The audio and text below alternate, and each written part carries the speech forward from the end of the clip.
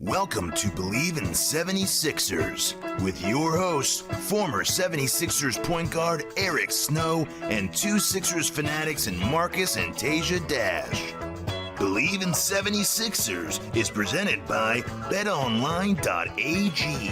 BetOnline is your number one source for all your sports betting needs this season. From baseball, golf, soccer, right to all the top fights in UFC, MMA, and boxing. Every stat, every matchup, and even live odds and spreads while the games are being played. When the game's over, head on over to our online casino and get in on a game of blackjack or poker, or unwind with one of our over 150 slot games. Head to the website today to get in on the action.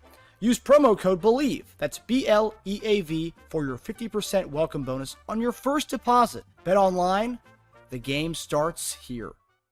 Hey guys, welcome back to another episode of Bleav In 76ers podcast. I'm Marcus Dash here with legendary 76ers point guard Eric Snow and my brother Teja Dash. Obviously, we took a 3-week little hiatus there, after the initial impact of free agency. It was a lot of things going every day. There was new news, and the Olympics happened. So, we've and life happened. So we've took a couple weeks off to kind of regroup and get ready for the NFL season and NBA season as it's upon us, and yesterday the NBA season finally dropped, so that's how you know things are starting slowly getting to where we need to be as far as where the season's going to go. So how's everyone doing?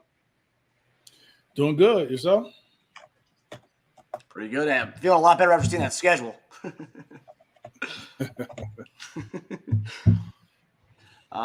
But yeah, so we'll kind of dive in here with the first topic with the schedule, since that's the hot topic right now. We're going to get to some other things that have happened over the last few weeks as well in this episode, but we're going to begin with the newest news, which is the schedule. So obviously this week the NBA schedule was released.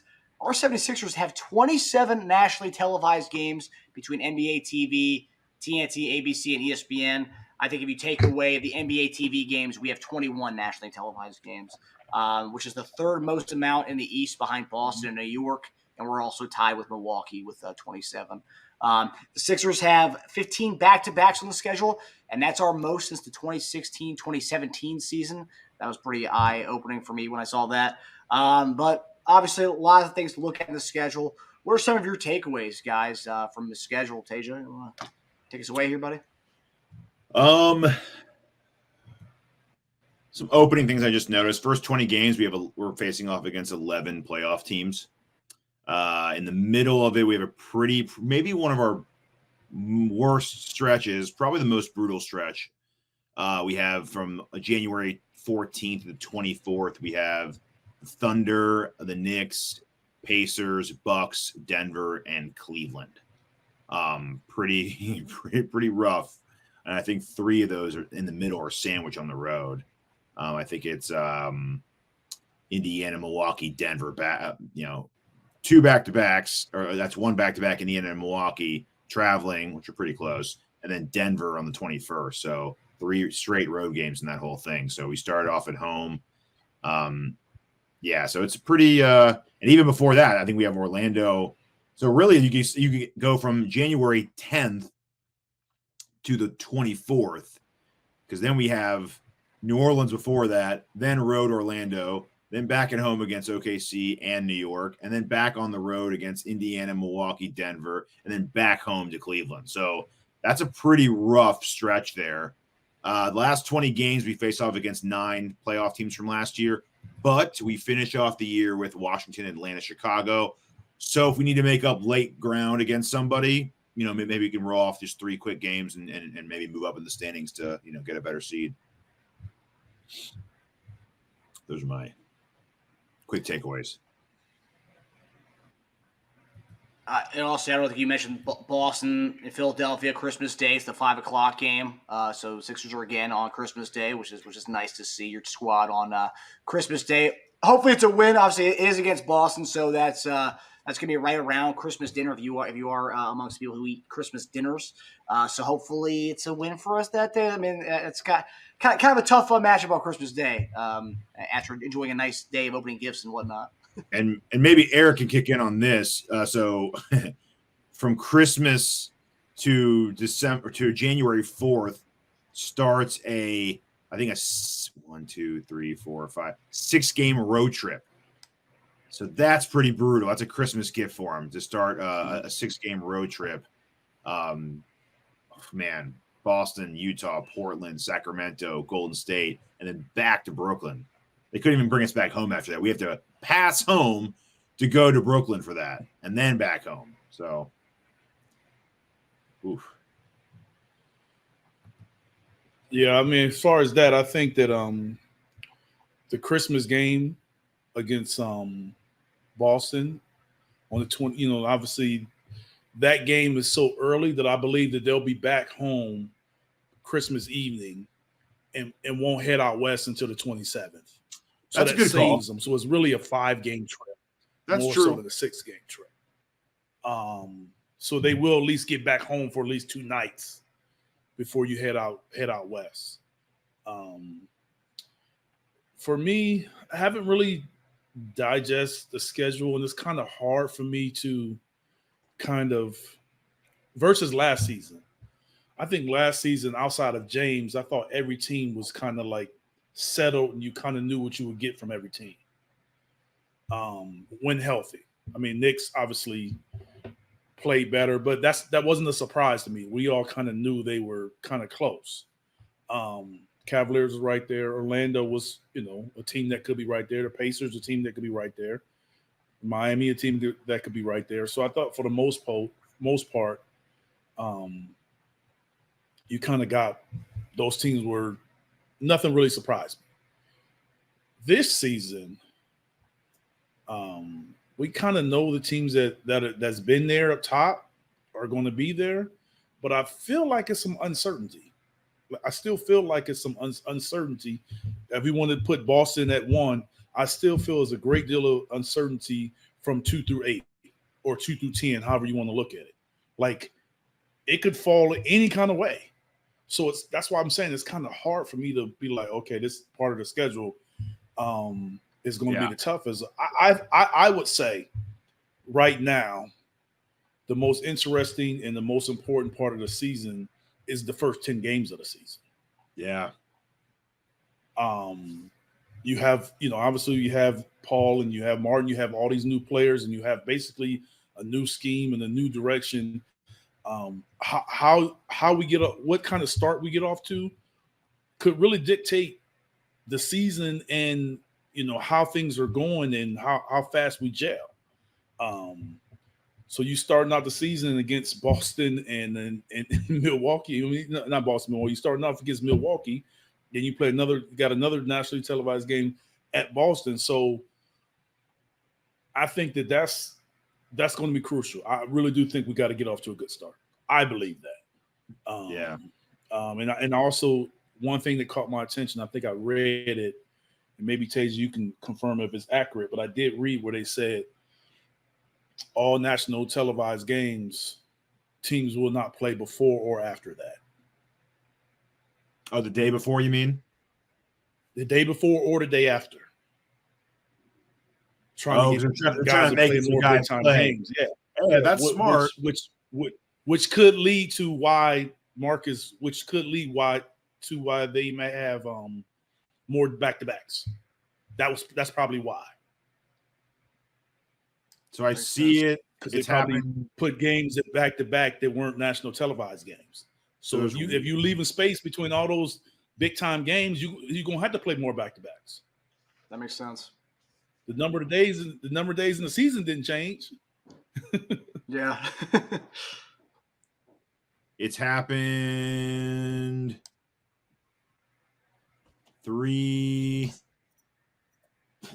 4 times. It happens to us 4 times where you play either one game the day before or the day after. That's not a lot, though.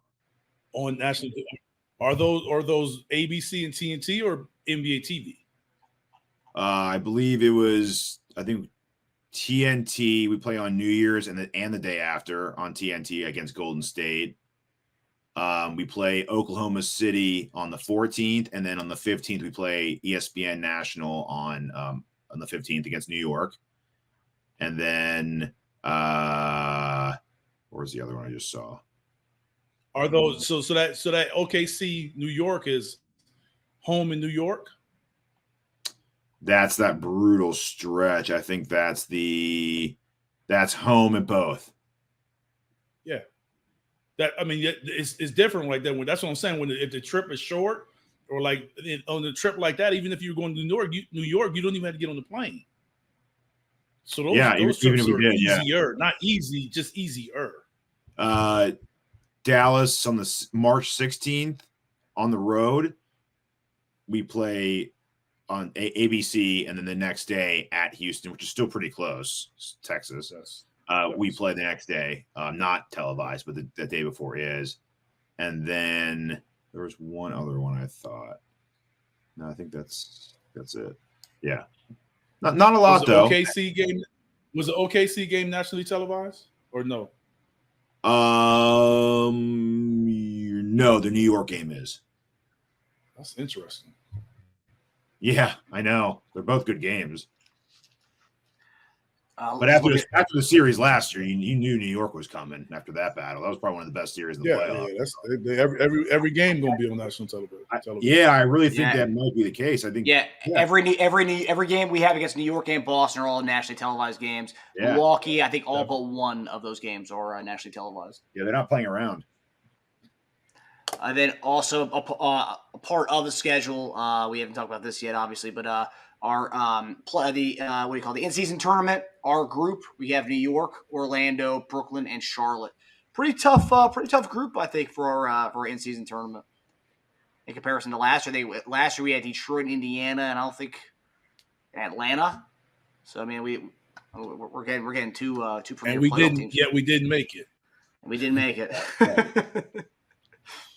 And to open up, by the way, 9 of our 13 first games are against last year's playoff teams. So tough little opening. So yeah, I like the start of the season.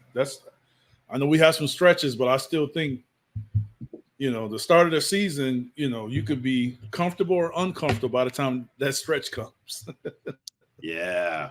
Well, of course they're going to make LA Clippers the second week of the season a televised game too. That's a big one. That's going to be his return to LA. Where's that at? Where's that at? LA. In LA?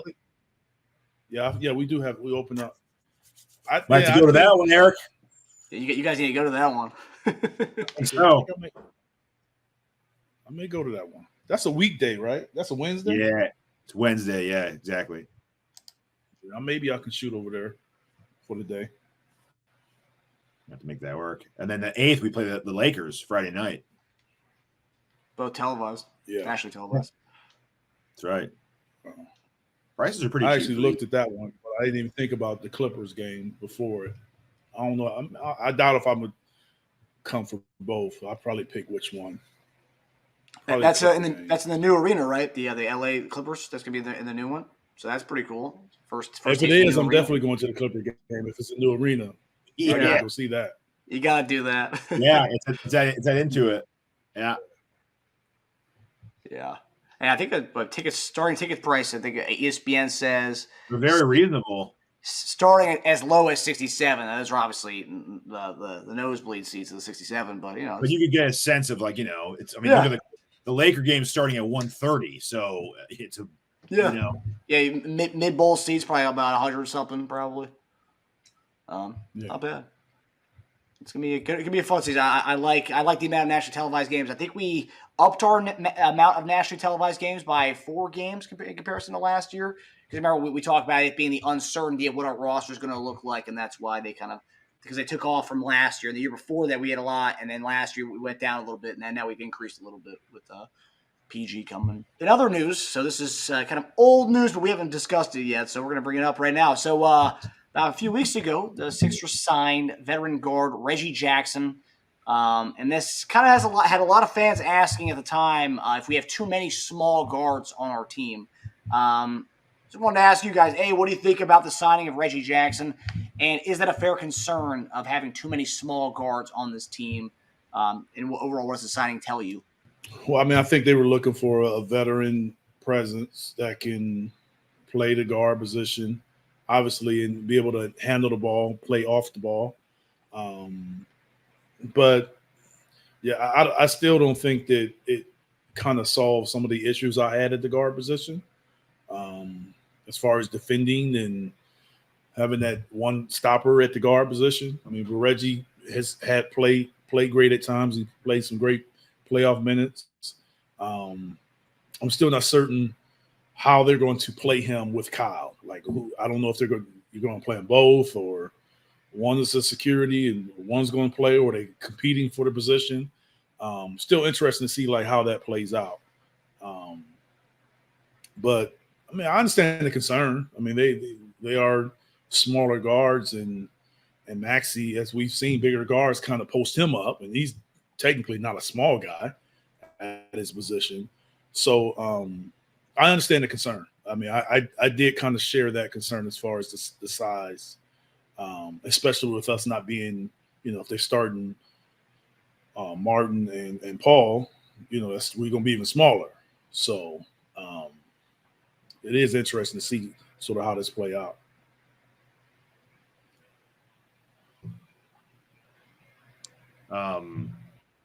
So we have Maxey, Lowry, Gordon, Jackson, McCain. 5 guys, 6'3" and below. But I will say Lowry does play a little bigger than his height. He always has. And then Jackson's wingspan's like 8 feet. So like, at least, a couple of them are long or play bigger. But yeah, I totally get it too. I'm not concerned because I think there's more to come. I think we still get a power forward before, we get into camp, hopefully. And I think there will be a trade that happens at some point this season. So I don't think it's a completely. So, I mean, that's what I'm saying. Like, that's my concern because, like, who are we going to start first off? Who do you think we're going to start at guard? Well, the depth chart on ESPN has Maxey, Oubre, George, Martin, Embiid. So we got Oubre starting, so that means we got 4 out of the 6'3" and under coming off the bench. Yeah, that is a concern. You know what I'm saying? But still haven't really addressed what really ultimately put us out the playoffs. We couldn't defend Jalen Brunson and rebound. The rebounding we didn't address that. I mean, with Drummond we did, but sure. Drummond's not going to be playing with Joel. No. So it's like I said, that's still a concern of mine. Then you don't have much size to I don't know how much. I don't know when McCain, the rookie. I don't know how much they envision him playing. I'm not sure on that right now. Off the rip, I wouldn't think that unless he just really shows out in training camp. I don't see him playing and getting a shot before those guys. I'm not sure he'll get a shot before Council. So it's going to be interesting. We're in win now mode. We're in win now mode, so it's going to be interesting to see how this plays out. I see McCain probably only playing when we have injuries or we're lighter in the starting 5. I don't even see him floor when we have all of our guys. Yeah, right now I see Bona getting a chance to play before McCain does. Especially when Embiid's out, he'll definitely play then. He'll play a good amount then.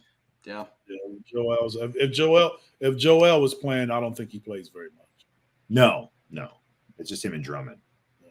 But when Joel's out, I can see him getting those Paul Reed minutes, like 15-ish minutes a game, 15, 17. Yeah. Yeah, there's still reports of us looking at other guys. I think Keith Pompey reported yesterday about what's his name, the Thaddeus. Thaddeus Young, and the guy who played for the Wizards and played for the Hornets and Mavericks. Stevens.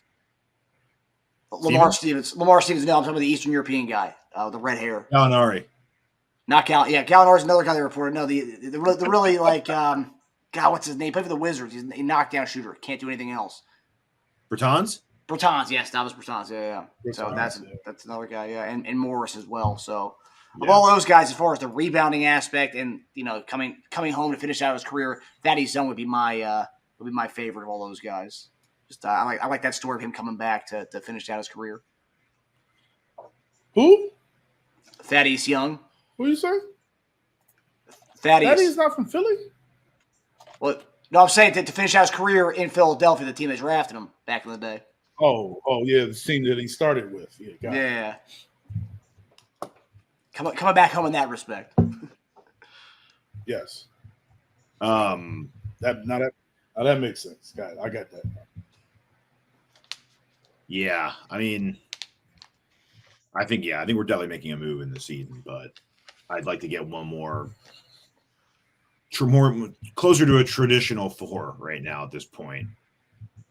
So whatever that is, whatever they think that's the best move.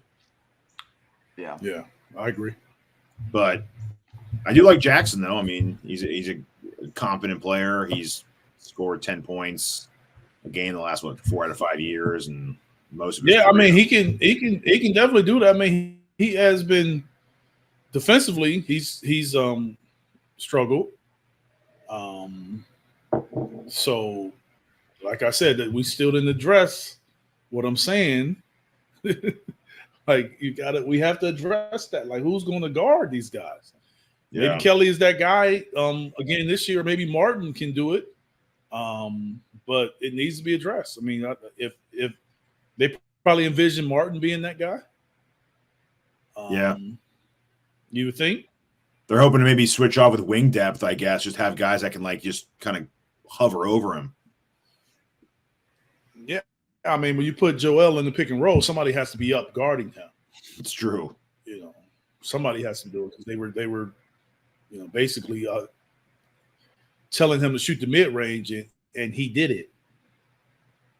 Yeah. So Joel wouldn't have to come up. So if you're going to do that, you need someone to be able to maneuver, still making those shots tougher, even with your big playing back. So whoever that may be, I'm not sure that they addressed that with the 6'3" and under guys. That's what I'm saying. Yeah. No, we didn't. Stevens, the guy who played for Memphis and Cleveland. I mean, he's a pretty good defender, if I remember correctly. Yeah, solid defender. Yeah. But I can't see him coming and playing though. I don't think he'll kind of maneuver in front of the guys we have because he's very similar in style to Kelly and Martin. So he's not going to play in front of those guys. Yeah. I was thinking more of a guard that can, still handle the ball and bring the ball up and initiate the offense and do something different from those wings. Yeah. Yeah. Yeah, we did not. That and rebounding, I'd say, are things we didn't really get to. Yeah, I've still got one more spot left, but yeah. Just gotta wait for that balloon contract to unfold in the during the season at some point. Yep, December, January. Yep. So next topic. So within the last few weeks, Charles Barkley was on Paul George's podcast talking about the amount of excitement that he's seeing in Philadelphia, and how everyone's raving about the potential of this big three with Paul George, Maxey, and Embiid. Obviously, the season hasn't started yet. We just got the schedule out, but I don't want to place any unrealistic expectations on the squad. But in terms of fit on paper, and this is kind of what Barkley kind of alluded to, how would you kind of rank this big three in comparisons to other big threes we've seen over the last 10 years or so? I mean, it's kind of hard. The reason why I say it's kind of hard to predict it is because with the other ones, you had a little more fine tuning. What I mean by that was you had Steph and Clay and KD in the prime of their career. You had LeBron and Bosh and D Wade in the prime of their career. That's what makes this one a little different. We have Joel in the prime of his career, Paul in the back end of his career, and Maxey at the beginning of his, career. Not really his prime yet. I mean, I wouldn't be surprised if he gets a little better than he is. So that's makes it tough. I think if you're talking about careers, yes, it sounds is great. But we still got to kind of let it mesh and kind of let roles be defined a little more. But I do feel that having Joel and having Maxey doing what they're doing makes it better to have Paul George as your third option, or somebody who's been a one, who's been a two, and done it well. So if he's putting up one numbers at times and definitely two numbers, and he's really your third option, it does kind of help you a lot. I think so. I think as I'm excited about it, it could help us a lot. I just think it's unfair to kind of compare it to sort of the two examples that I gave because of sort of the timing. Yeah, I agree. Timing wise, it's probably closest to the Kyrie, LeBron, Love trio. I was gonna say that, yeah. Because Kyrie, I think, was in his fourth year. Yeah, that was his fourth year. Yeah, which is Maxey. LeBron he was still young. I mean, he was 30 at that point. So he's younger than Paul George. The only thing that changes is just Paul George. Paul George is much older than anyone else. But Kevin is younger than Kevin Love is younger than LeBron. Yeah, Kevin was 26 when they joined. So that's that's different. The biggest difference is Paul George. Yeah. They didn't have an aging guy on those squads. Yes. Although Love did age a lot after those years, big time. Yeah, but 26 and 34 is a. Oh yeah, agreed. Yeah. But yeah, his body didn't. Yeah, he started. He had like a few. I think he had 3 really healthy seasons. Then his health started deteriorating. 16, 17, 60 games, 59 games, 20 games, 56 games. So yeah, he started to kind of deteriorate a bit. But yeah, it's tough. I mean, on paper, I'd say the fit's really good because none of those really have like a dominant bit, right? The ones we've talked about. Yeah. Like, Love was a 4, Bosch was a 4. That's the closest you can get to that. But they had the guard, they had the wing, and then they had like, a 4. But so like this is the first one we've seen that doing it with the center in a long time. I guess since, we go back to like when Garnett played center for that Boston team sometimes. That'd be the one. But even that was, they didn't really have like a point guard like that. It was like, wing Garnett. And then Rondo emerged, but that was the big 3 was the other guys, right?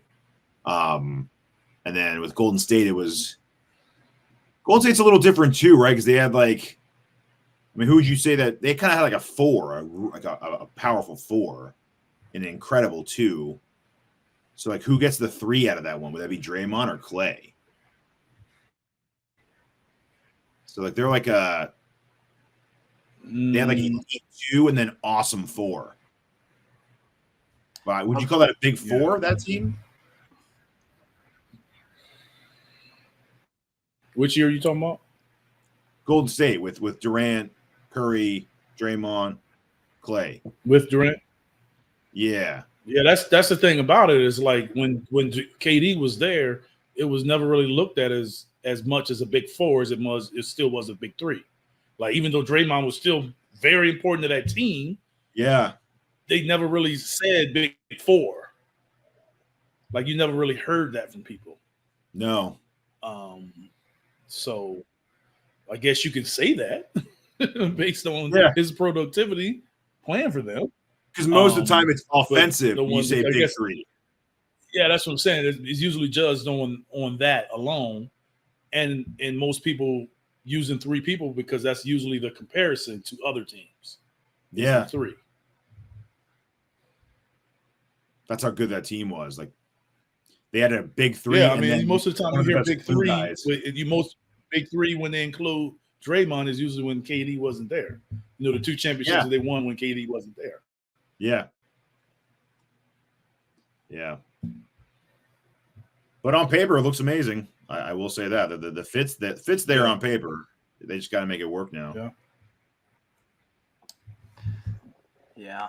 Yeah, it was good to see Barkley kind of get excited about the big three that we have in Philadelphia. He did throw some shots at Embiid in his Olympic games a little bit, but that was before the semifinals game. So we're about to talk about that right here with the final topic. So obviously Joel Embiid received a lot of criticism in France this summer by a lot of people on Twitter.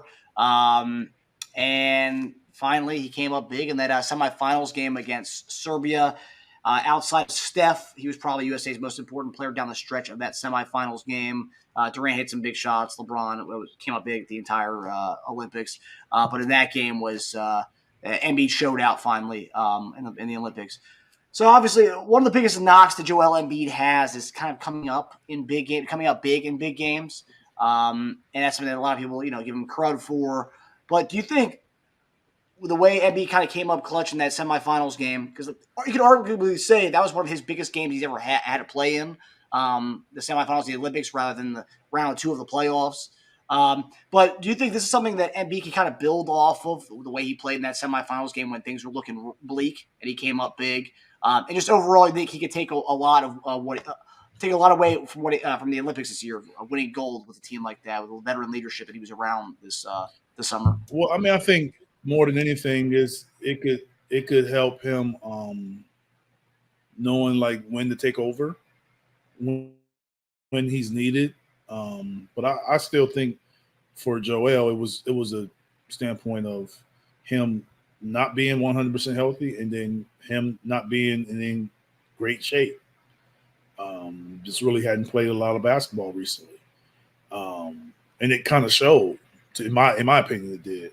But he was willing and able to show up in the moment. So that shows that he's willing to do it and he can and able to make it happen. So that's always a positive. You're on the world stage at that time, and his buckets were just as important as maybe not like Steph's threes at the end, but they were very important for that game because you can easily say if he hadn't showed up with those buckets that Steph wouldn't have had a chance to shoot those threes, like he did in that gold medal game. So you can easily say that. So it's true. They were very important. So I do think that any experience like that will help you. I just can't really pinpoint how. I just think in situations, if we're able to finally get past the second round and get to the conference finals or get to the finals, that experience will kind of help you feel like you've been there before. It's sort of a one game and out feeling. And that's that pressure that could come with being in the finals or conference finals comes with sort of the same stigma.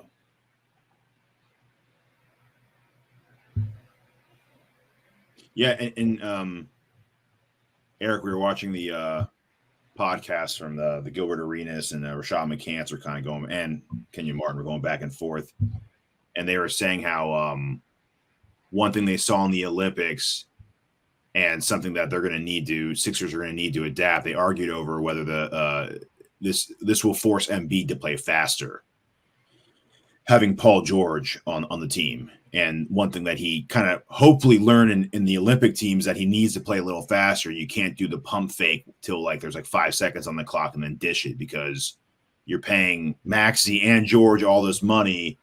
You got to just share that load and let them take on that responsibility and not hold the ball. They kind of argue back and forth. What do you think about that? Do you think because of the addition of George that Joel will need to start playing faster?